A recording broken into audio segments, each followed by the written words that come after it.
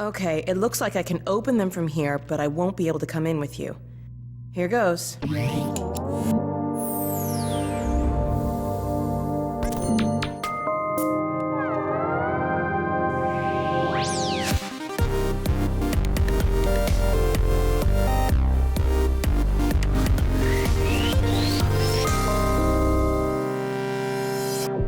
In 2013, 2K Games released BioShock Infinite, the eagerly anticipated follow-up to the earlier, hugely successful BioShock games.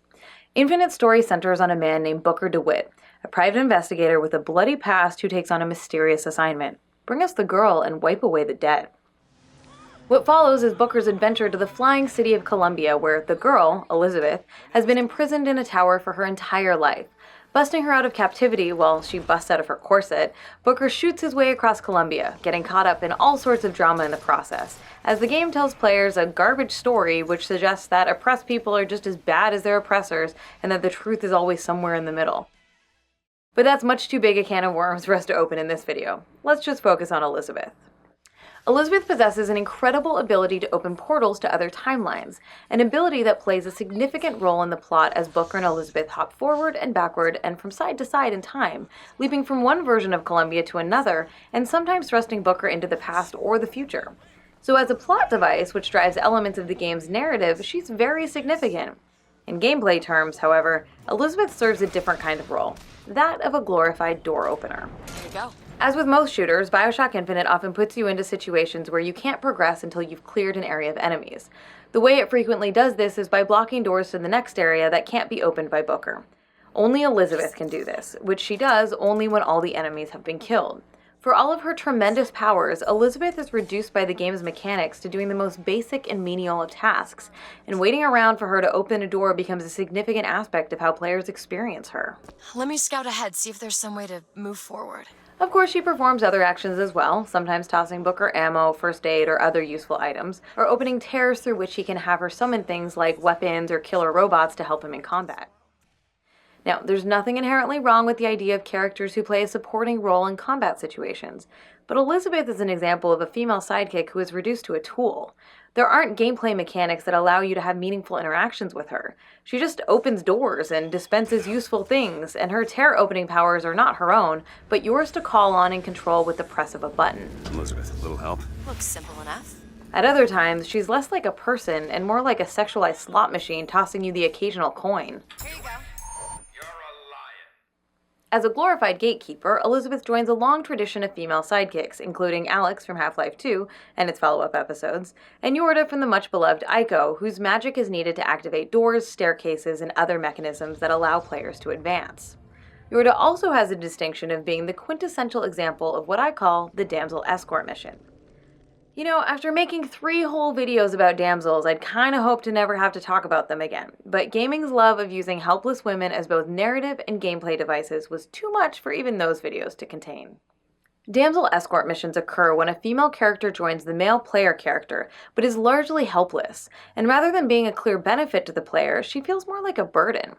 In Ico, players free Yorda from a cage early on. She then joins Ico on this journey, and much of the game consists of solving puzzles so that Yorda, who can't make leaps or climb walls on her own, can traverse the environment. Meanwhile, players also need to protect her from the shadow monsters who sometimes try to whisk her away. Spoiler alert. Yes, in the ending cutscene, Yorda carries Ico out of the crumbling castle, but what the narrative tells us or shows us in the end doesn't undo the impact of how we experience a character through the gameplay. Another classic damsel escort mission occurs in Resident Evil 4, where Ashley Graham, the president's daughter, has caused players tremendous frustration over the years by burdening them with the need to protect and manage her.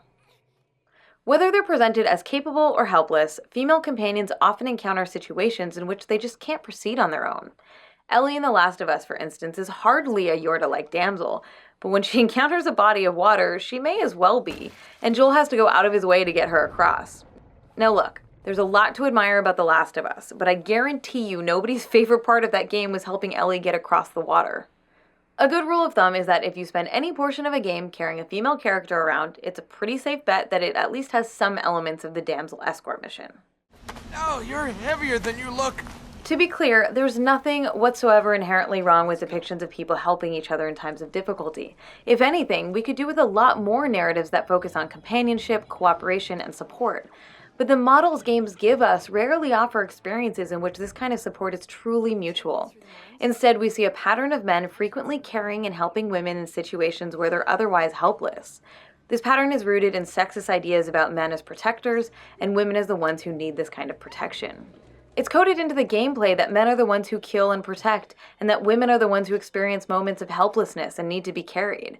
When these female characters are of aid to the player, it's often in rudimentary ways, as a glorified door opener, or even as a more basic tool. In the Ocarina of Time dungeon, inside Jabu Jabu's belly, players must carry the snobby Princess Ruto around, at one point even using her as a weight to press down a switch. And in Metal Gear Solid 5, you've got 4 sidekick options to take with you on missions. A dog, a horse, a robot, and a woman. Finally, female companions often function as cheerleaders, doling out little ego boosts to players for gunning down bad guys or pulling off other feats. And I have to get you out of here. Now come with me. Along with the glorified door opening and the damsel-like aspects, female sidekicks are there to make players feel better about themselves, to make them feel important and skilled. 9! You did it! You did it! Wow! You're so cool! You're just trying to impress me. Were you impressed? Got all those guys all by myself? But these interactions are rarely depicted as mutually supportive. It's not nearly as common in these scenarios for the male player character to offer emotional support to their female sidekick, to tell her that she's doing a great job. These particular sidekicks aren't designed as characters that players can actively engage in developing a relationship with, characters who are fully fleshed out people with their own goals and desires, that sometimes require players to compromise their own wants or desires. This pattern of female sidekicks who serve more as gameplay devices, door openers, and ego boosts than as people is a design approach rooted in the idea of games as power fantasy. Players get to feel powerful and important, sometimes issuing orders that are obeyed without hesitation or doubt. Companion dynamics in games almost never model what equal footing, cooperation, and collaboration in a relationship might look like, but instead serve to make the player feel like the center of the world, the one in control, which is not at all a model for healthy relationships. Of course, a huge number of games focus on men fighting alongside other men, and in these games, the male companions often have some of the same characteristics we sometimes see in female companions. And that's at least 10 more confirms Hunter 2-1 good shooting. It's very common for male characters to compliment the player on their good shooting, or to breach a door that the player character can't open himself. However, typically these characters are presented as equal participants in the conflict. In shooters ranging from Call of Duty to Gears of War, the player's male companions are armed and active, and are portrayed as playing their part to fend off or eliminate the enemy threat. Occasionally in these games, male characters do have to protect other men, but unlike scenarios in which men protect women, these less common instances don't reinforce pre-existing cultural attitudes about men, women, and gender. Similarly, the occasional situation in which a female character protects a male one, which happens in the 2013 Tomb Raider reboot, among other games, also isn't a problem, because it doesn't work to reinforce limiting, harmful ideas about women or men that already exist in our culture. In other words, we live in a culture that says, generally speaking, men should be the protectors and women should be the protected. When women function as competent companions whose skills are more or less equal to those of the player character, it can challenge these ideas. The Last of Us goes against the grain by giving us the character of Tess, a somewhat rare and refreshing example of a woman who fights alongside the male protagonist. And the later Gears of War games do a decent job of including female squad members who are on equal footing with their male counterparts. And thankfully, we're seeing more games that complicate and subvert the old patterns, providing players with relationships with supporting characters who don't function as mere extensions of the player, but who feel like separate individual people. The 2016 indie title One Night Stand throws players into a situation with a female character who clearly has her own feelings and her own desires, and communicating with her is a matter of trying to find some common ground for mutual understanding, not one in which the player is in total control of the situation. In Left Behind, the wonderful add-on for The Last of Us, Ellie's companion Riley is not someone players can issue orders to or someone they have to protect.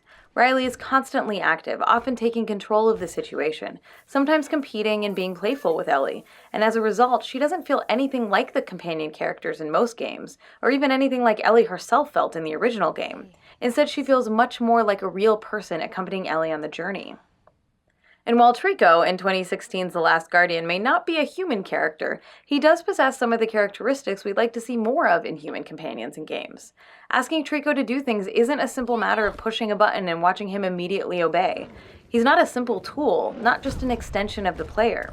Sometimes he's hesitant, reluctant, even frustrating, but this makes it feel more like he's a living, breathing creature with thoughts and feelings of his own, and by taking time to pet him, you can sometimes express your connection to him in ways that fall outside of the requirements of the gameplay and the story. And crucially, Trico is often the one protecting the player, rather than the other way around. He does not exist to fuel a power fantasy, but to allow for gameplay mechanics that focus on cooperation, care, and helping each other. When supporting female characters in games don't have this kind of depth, when they exist primarily to be protected or to be ordered around, they not only reinforce harmful ideas about gender, they also fail as characters. Regardless of their gender, race, class, or sexuality, a person is more than a tool and more than a burden, and games can and should give us mechanics and stories that reflect that.